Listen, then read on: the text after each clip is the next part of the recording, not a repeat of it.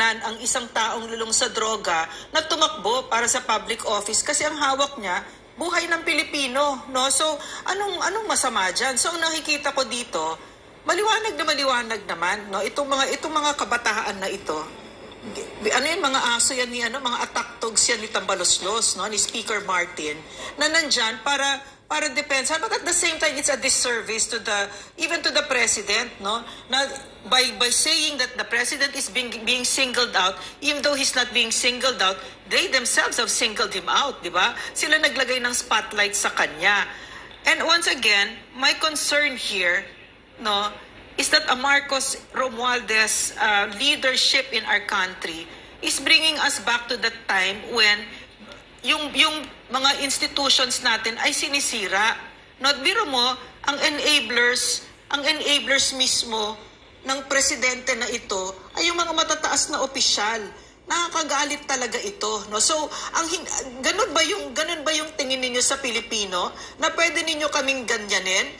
Gagamitin nyo ang pera ng taong bayan at haharap ninyo yung mga mukha nyo dyan at magde-defend kayo ng isang pangulo na ngayon ay ang akusasyon ay lulong sa droga, cocaine.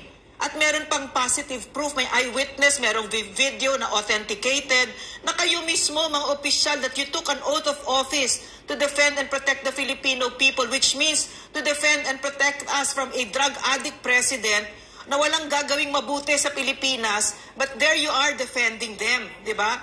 So why are you doing this? And that to me is the bigger issue here.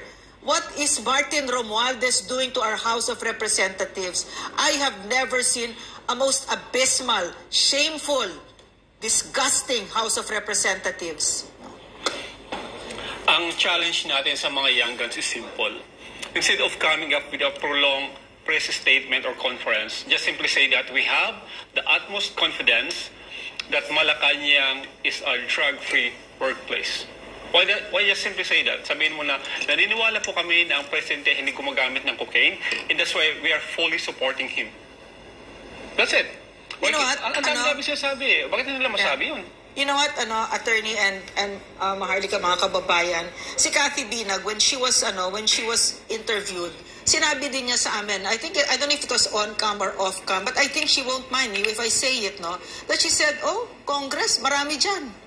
So maybe this is why they're afraid, huh? On-cam. On-cam, she said it on-cam. Oh, in Congress, there's plenty there. So is this why? This is what will be in the mind of the Filipino people, no? Ito yung sinasabi namin na delikadesa. Pag ako'y tatakbo at hihingin ko yung tiwala ninyo, ipipresenta ko ang sarili ko.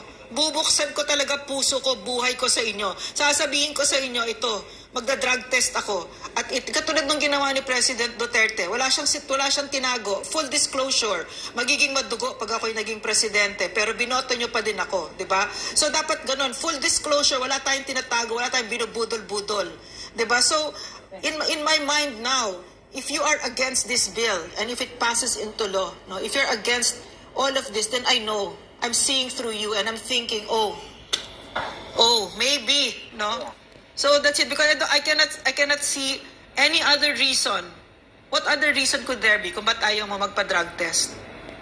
Kaya nga. What do you think? You're right. Doc Lorraine, iyan ko lang. Tama ka kasi natatakot sila dahil marami sa kanila ang nagpupulburon. Okay? At unang-una dyan, sinabi ni Cathy Binag na dalawa sa anak ni Marcos Jr. ang sigurado siya at nakita, na-witness din ang kanyang anak na ito ay nagsumisinghot.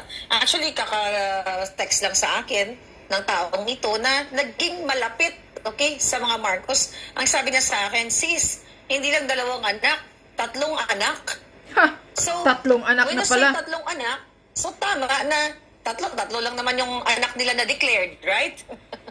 so Maharlika, si Sandro, go ahead. So basically, baling what you're saying, no, na nagta-tie up dun sa sinasabi ni Cathy, no, that it is a lifestyle to them. They don't see anything wrong with it. And I don't give a hoot, no, if you are a private citizen and yan ang belief mo, I don't care. Bahala ka.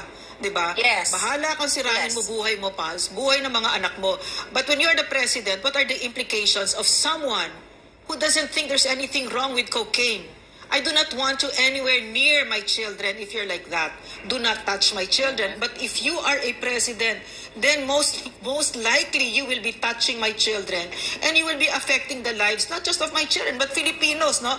Because nga the drug trade is it's a path full of high crimes, from money laundering to murders to massacres to all of Correct. that. It's all there. And you mean to say, yeah, my president will be part of it. He's part of that chain.